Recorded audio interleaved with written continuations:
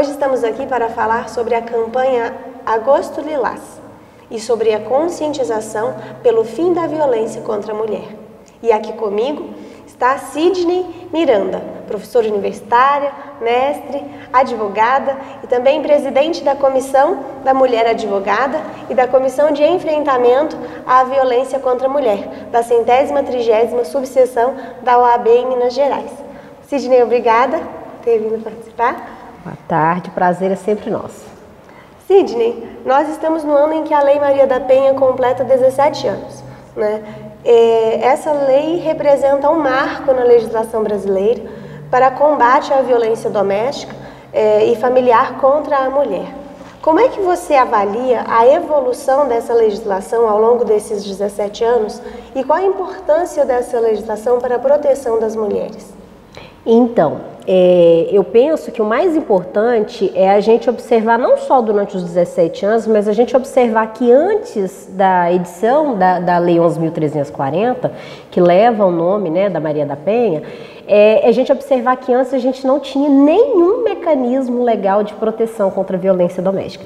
Eu sempre gosto de contar que quando eu fiz estágio no Fórum de São Gotardo, e a gente fazia atendimento ao público na Secretaria Criminal, que todos os crimes dos mais diversos possíveis envolvendo violência contra a mulher eram de competência dos juizados especiais criminais, que são, né, a população chama de juizado de pequenas causas, ou seja, o homem quando ele agredia a mulher, o máximo que aconteceria com ele era ele pagar uma cesta básica ou nada, porque a maioria das mulheres retornava no fórum na segunda-feira, né, que os índices de violência eles são maiores aos finais de semana, e elas pediam para que não se continuasse a persecução criminal, que, né, elas chegavam e falavam assim, eu gostaria de retirar a queixa, não é o termo técnico correto, mas elas não queriam mais representar contra aquele agressor.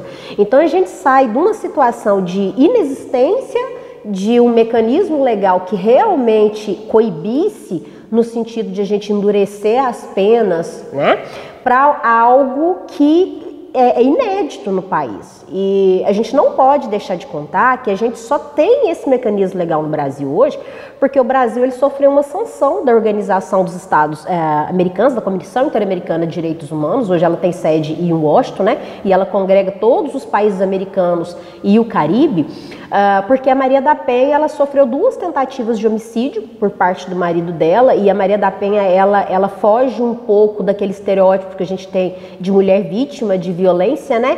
É uma pessoa que tinha curso superior, tinha um bom padrão de vida, e mesmo assim ela foi vítima de homicídio 2 vezes. Na primeira vez ela ficou paraplégica em razão disso, da segunda vez ele tentou eletrocutá-la no chuveiro. As histórias são contadas no livro que ela tem, né, e são de conhecimento público. E ele nunca tinha ido à júri, era um homem branco de alto poder aquisitivo, e isso não dava nada, né? Então ela foi à OEA, Maria da Penha, por meio de algumas organizações de defesa dos direitos humanos, e fez uma denúncia contra o Brasil. E a OEA, então, ela notifica ainda no ano de 2001 o governo Fernando Henrique para que ele respondesse à OEA do que é que o Brasil estava fazendo em termos de políticas públicas voltadas para coibir essa violência. E o Brasil queda inerte. Então, a OEA ela acata a denúncia da Maria da Penha e, vamos considerar, não é que ela sanciona porque ela não tem o poder de punir, mas diplomaticamente o Brasil ficou reconhecido como um país que não sancionava homens agressores de mulheres no contexto de violência doméstica. E isso viola vários tratados internacionais de proteção de direitos humanos, especificamente dos direitos das mulheres, dos quais o Brasil é signatário. Então a gente passa aí até o ano de 2006, quando essa lei ela é sancionada no dia 7 de agosto, né, que é o marco do Agosto Lilás, é o 7 de agosto, em razão do marco legal da publicação da Lei Maria da Penha, que é uma lei que ela é um divisor de águas, né? E ao longo desses 17 anos, a lei ela tem se consolidado, principalmente por conta da interpretação dos tribunais a respeito dela, E a mais importante para mim nessa situação é o popular em briga de marido e mulher, ninguém mete a colher, né?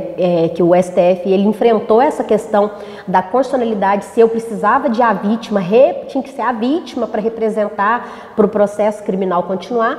E nos casos de violência, a gente não precisa mais que a vítima represente, não precisa ser a vítima para acionar os órgãos de repressão.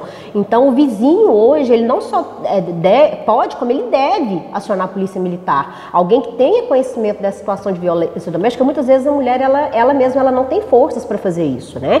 E a gente vê sempre avanços, né? A gente poderia ter avançado mais? Com certeza, mas qualquer avanço é melhor em face da situação que eu, enquanto estagiária no sistema, observava antes da Lei Maria da Penha. Qualquer avanço já é um avanço? Sim, qualquer avanço é melhor do que avanço nenhum. Essa violência contra as mulheres, né, você está falando assim da gravidade dessa situação, e nem sempre essa violência contra a mulher se manifesta na forma de ato físico, né? Às vezes ela acontece de forma psicológica, emocional, econômica, né? Quais são os principais desafios em reconhecer e combater essas formas mais sutis de violência? Olha, essa questão é uma questão tão interessante, se a gente for analisar ela culturalmente, né, falando, que nós estamos no ano de 2023 e só em 2023 o STF definitivamente enfrentou a questão, por exemplo, do homem, da questão do crime de homicídio cometido sob violenta emoção, quando o homem flagrava a mulher em adultério, por exemplo, né? Que em 2023 a gente ainda estava discutindo se o homem tinha o direito de matar a mulher em legítima defesa da honra. E aí a gente vê o tamanho do buraco cultural que a gente enfrenta quando a gente fala essa questão da violência, né? Que não era nem para a gente estar questionando uma questão dessa, até que o STF efetivamente falou aquilo que todo mundo já tinha certeza, né? Que é óbvio que isso é inconstitucional. Eu não posso mais aceitar no tribunal do júri uma alegação de que a pessoa lavou a honra com sangue, né? Mas esse é só um exemplo de como que essa violência ela é entranhada na nossa sociedade, que é uma sociedade machista, misógina e que violenta de forma sistemática as meninas, adolescentes, mulheres e idosas, né? A gente fala muito da violência doméstica, talvez porque a violência doméstica seja aquela violência que é visível, que todos nós observamos, né? Os hematomas, o braço quebrado, o olho roxo, o nariz quebrado, né? O choro, mas ela é de longe, vamos colocar assim, a violência que é mais cometida. A Lei Maria da Penha, quando ela é uma lei assim que ela é muito complexa, né? Ela elenca 5 tipos de violência que a gente consegue identificar com muita frequência em situação de violência doméstica, né? A mais comum, que é a física, mas a gente ainda tem a violência psicológica, que é aquela coação que o companheiro faz o tempo todo, né? A coação moral, que é a depreciação do corpo e do jeito do outro ser. A violência patrimonial, que ela tem uma carga, vamos colocar assim, muito pesada, se a gente for pensar em termos de denúncia, porque muitas das mulheres que são vítimas de violência, inclusive a física, elas acabam não denunciando porque elas não têm condição de se manter com os filhos, fora do relacionamento. Então ela opta por ficar no relacionamento para manter, às vezes, o padrão de vida, a alimentação dos filhos, né? Essa patrimonial a gente observa assim, que é muito cruel, né? E a violência sexual. Se a gente for parar para pensar, até 15 anos, os últimos 15 anos, que a gente passou a discutir que existe sim estupro numa relação conjugal, porque até então não existia estupro marital, que é um absurdo, né? Então, e um fator interessante, muitas vezes, enquanto a mulher ela não é vítima de violência física, ela não consegue se identificar como vítima. A gente encontra relatos, né, de que a pessoa chega por meio do sistema, vamos colocar assim, e ela relata a situação em que ela vive e a gente vê que ela já era vítima de violência há anos. Só que a última violência que ela sofre é a física. E aí ela fala, nossa, mas ele me agrediu. Mas a gente fala assim, mas a senhora estava sempre sendo agredida. Não, mas ele nunca tinha me batido, né? A gente tem que praticamente convencer a pessoa de que ela ser humilhada, ela ser depreciada o tempo inteiro pelo companheiro, ela não ter direito, né, de ter um patrimônio, ou quando a mulher opta por cuidar do lar, cuidar dos filhos, ela entender que esse patrimônio que o marido sai de casa para conquistar também é dela, que essas também são formas de violência. Então, acho que esse primeiro passo de se identificar como vítima ou da violência sexual, da patrimonial, da psicológica ou da moral, seja um dos passos mais difíceis que a gente dá, porque as mulheres não se veem como vítimas. Eu acho que a gente está tão culturalmente acostumada a ver mulheres sendo maltratadas pelos companheiros que elas mesmas não se identificam assim até que elas são violentadas. E mesmo fisicamente violentadas, elas ainda arrumam justificativas para a violência. E daí a importância de uma campanha como essa, né, do Agosto Lilás, porque o objetivo da campanha é justamente trazer a conscientização sobre a questão da violência. Então, você trazer para a sociedade essa discussão de que a violência não é só dar um tapa na pessoa, a violência é tudo isso que você acabou de dizer, né? Como é que surgiu essa campanha? Porque isso é muito recente, foi ano passado, né? Não. Ela é a campanha mesmo, oficial. Ela é um pouco mais antiga, né? Mas ela surge de movimentos esporádicos Brasil afora e principalmente com a organização da sociedade civil. Enquanto a gente não muda essa questão cultural de tratar a violência doméstica como uma questão de só menos importância, a gente não tem efetividade total da lei, né? A lei é um instrumento de repressão, mas a gente tem que mudar isso culturalmente falando. Então, quando a gente fala em rede de proteção, eu estou falando de uma série de órgãos que em conjunto oferecem aqui um sustentáculo de proteção para essa mulher. Então a gente passa desde pelo primeiro atendimento pela polícia militar, que é a polícia ostensiva, né, no momento ali da agressão, seja ela qual for, a polícia militar deve ser acionada. No momento posterior, na delegacia civil, na polícia civil, quando a gente vai passar por uma investigação para entender o que foi que aconteceu naquele caso concreto, onde o delegado ele faz, se ele entender que é cabível, a mulher pede uma medida de proteção, passando, né, pelo Ministério Público, que oferece aí a denúncia posteriormente, Poder Judiciário, a Ordem dos Advogados do Brasil, a inclusão dessa família, dessa mulher vítima de violência nos órgãos de proteção social, no CRAS, no CREAS ou em outras políticas públicas que venham dar um sustentáculo, uma rede para essa mulher se sentir protegida.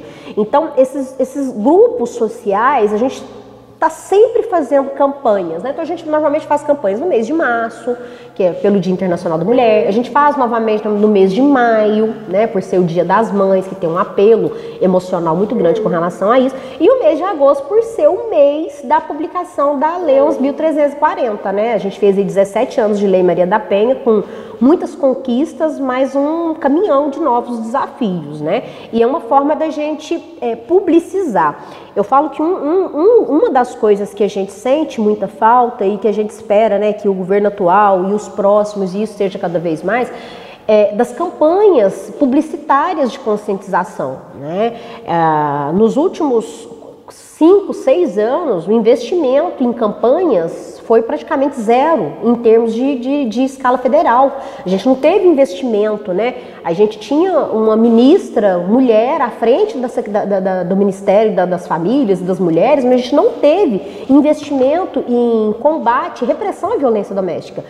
Até mesmo porque muitas vezes a gente tem a falsa pretensão que todo mundo tem acesso à informação. E isso é um engano assim, muito grande, porque o que a gente encontra de mulheres que não sabem que são vítimas é chocante. Pra gente que tá dentro do sistema da rede, uma mulher chega pra mim e fala assim, não, mas ele nunca me bateu, mas tem 10 anos, por exemplo, que essa mulher ela não tem patrimônio nenhum, que ela não tem dinheiro para ela, por exemplo, sair e comprar uma camiseta nova, né, ou fazer um corte de cabelo, fazer uma unha, porque ela depende totalmente do dinheiro do marido, e como é o marido que trabalha, ela não tem dinheiro.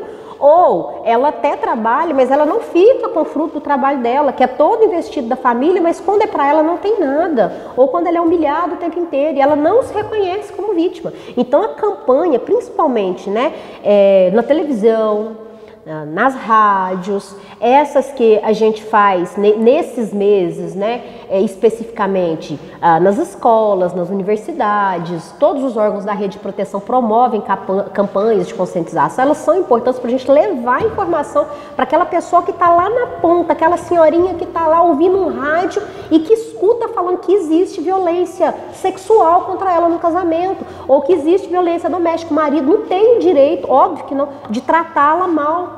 né? Eu acho que esse é o papel, e é assim que a gente muda a sociedade, né? Culturalmente primeiro.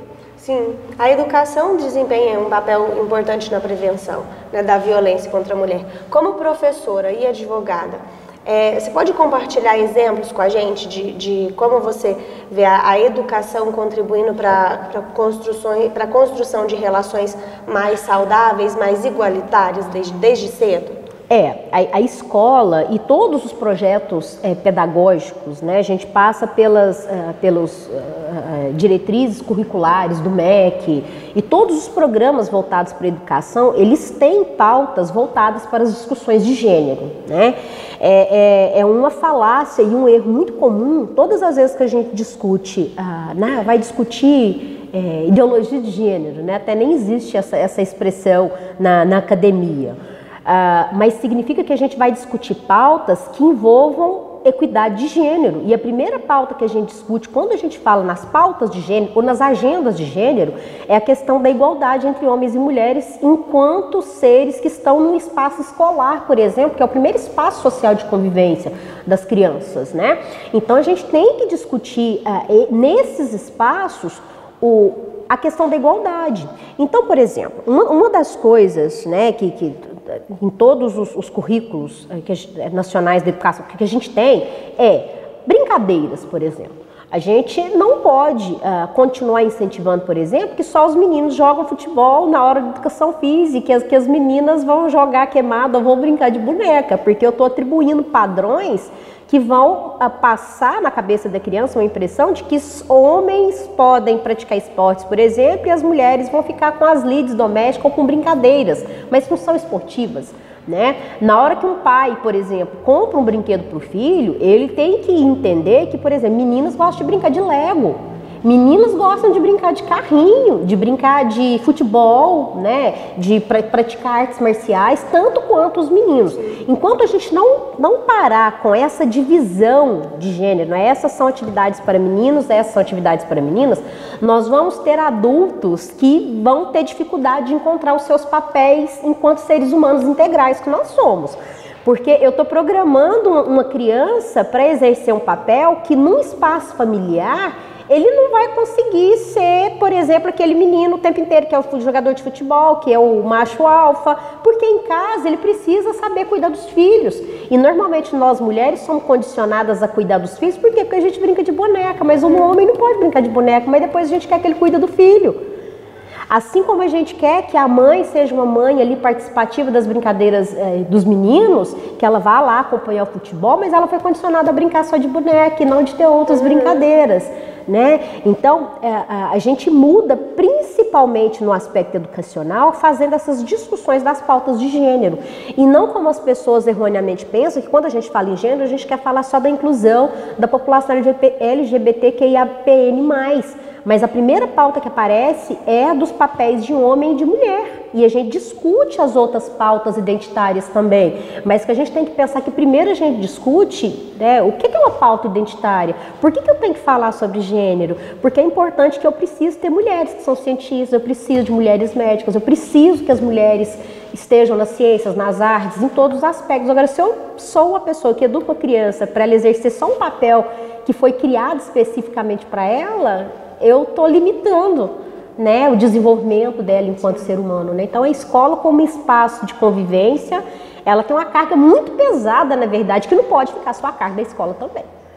A escola junto com a família, né? Sim, a gente está falando aqui de uma rede que cria essa criança. Sim. Sidney, muitas vezes, você já comentou alguma coisa, mas assim, de maneira bem enfática e direcionada para as pessoas que precisarem de ajuda saberem nesse momento. As vítimas de violência doméstica encontram barreiras para denunciar os seus agressores, encontram dificuldades ou por medo, porque dependem financeiramente, por questões familiares, por julgamento da família, enfim. Quais são os recursos que essas pessoas têm, os apoios para essas mulheres, ter programas? O que essas mulheres podem, né, ter disponibilizado para que elas saiam dessa situação? Então, nós passamos aí por muito tempo sem nenhum tipo de investimento em políticas públicas voltadas para a promoção dessa mulher que é vítima de violência doméstica, né? Como canais de denúncia, eu até queria ter pegado, eu não sei se o aplicativo Disque Violência do Estado de Minas Gerais está funcionando, porque a gente tinha um aplicativo específico para isso, tá? Na última palestra que eu fui, o aplicativo ainda estava funcionando, mas eu não fiz o teste hoje. Mas tem um aplicativo lá na página da Play Store ou do iOS, né? Que você baixa um aplicativo do Estado de Minas Gerais, exemplo de outros estados. Além desse aplicativo, nós temos os canais tradicionais, que primeiro, né, o 180, que é um específico, ele liga de qualquer aparelho para denunciar violência doméstica, e a gente tem o 190 padrão, que é o da Polícia Militar, também a gente faz ligação de qualquer lugar. Uma vez que a vítima ela dá entrada por esses canais, que são os canais de denúncia imediata, vamos colocar assim, ela vai ser levada à polícia militar, né? Vai ser lavrado ali um registro de ocorrência policial. Isso vai para a Polícia Civil, na Polícia Civil é feito ali um relatório policial, é colhido o depoimento dessa vítima, ela vai falar quais medidas, vai ser informada para quais medidas ela pode receber naquele primeiro momento. Normalmente ela pede medida de proteção, que é afastar o agressor do lar, né? Mas e depois esse processo ele continua. Hoje, em São Gotardo, nós estamos implantando, né, aqui um trabalho fantástico da Prefeitura por meio da Secretaria de Assistência Social, na pessoa da presidente, doutora Daniele Magnavita, né, mas um grupo muito grande de mulheres e de pessoas que estão envolvidas na rede, estão trazendo o projeto Acredite. Tudo pode mudar, né?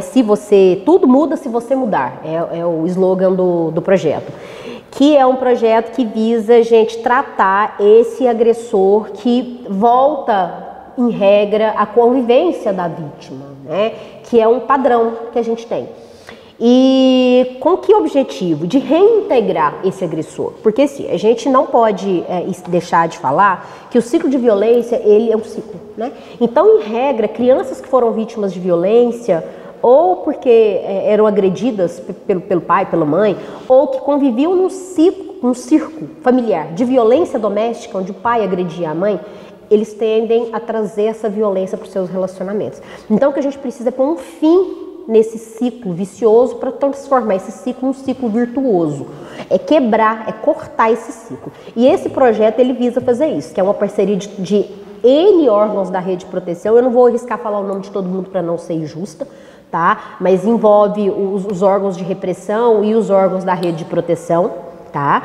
E esse agressor ele vai ter que passar por um ciclo de palestras, de ser composto de 6 palestras, de diferentes eixos temáticos, como parte do cumprimento da pena dele quando ele é condenado por crime de violência contra a mulher, que esse eu acho fantástico. Um outro projeto que a gente tem aqui em São Gotardo, que é bom a gente falar, que é um projeto fantástico, que é a PPVD, que é a Patrulha de Prevenção à Violência Doméstica da Polícia Militar. São Gotardo aqui é agraciado, né, por meio da soldado Angélica aqui, ela que capitaneia com muita graça e com muito sucesso esse projeto.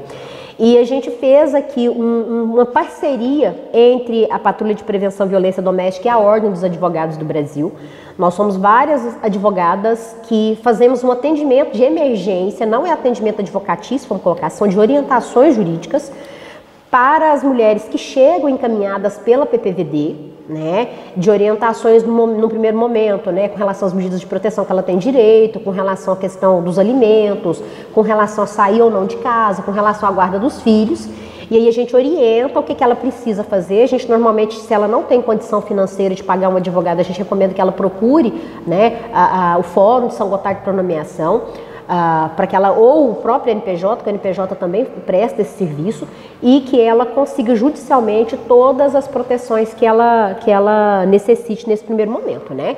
E nível federal, esse ano, que são 2 coisas bem interessantes, eu sei que está ficando longe, eu estou tentando dar uma resumida. No dia 8 de março, nós tivemos um grande evento em nível federal, né?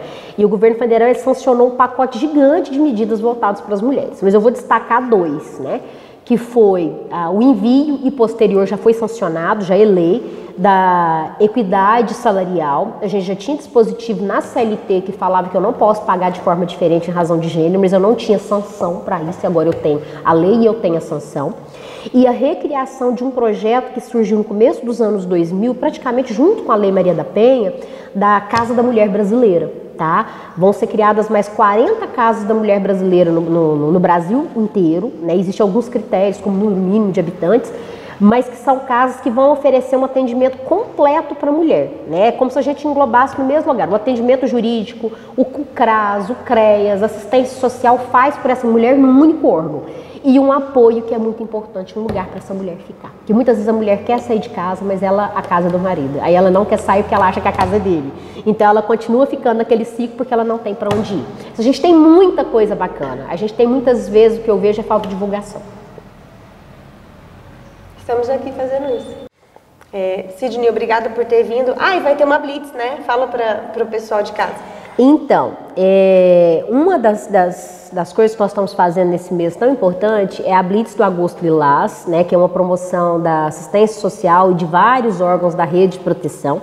Nós estaremos aqui fazendo a Blitz de 8 às 12 horas, no próximo domingo, lá na praça, ali junto com o pessoal da feirinha, né, divulgando essas ações do Agosto Lilás.